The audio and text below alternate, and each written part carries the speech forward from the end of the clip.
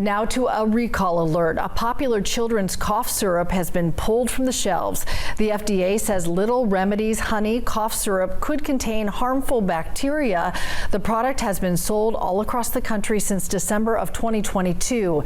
Honda is recalling more than 259,000 cars. It's because of a problem that can cause the brake pedal to shift out of position. This could interfere with the driver's ability to stop or slow down. Impacted vehicles include certain Honda Pilots, model years 2023 and 2025, some Acura TLXs, and MDX vehicles as well. Owners will be notified via a letter.